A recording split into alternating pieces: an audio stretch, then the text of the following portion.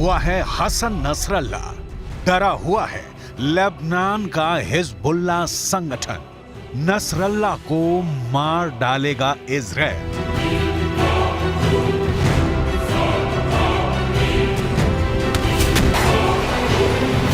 Hasan Nasrallah Israel का दुश्मन number 2, Hezbollah का चीफ। इजराइल के खिलाफ नसरल्ला ने हमले का ताजा ऑर्डर जारी किया है।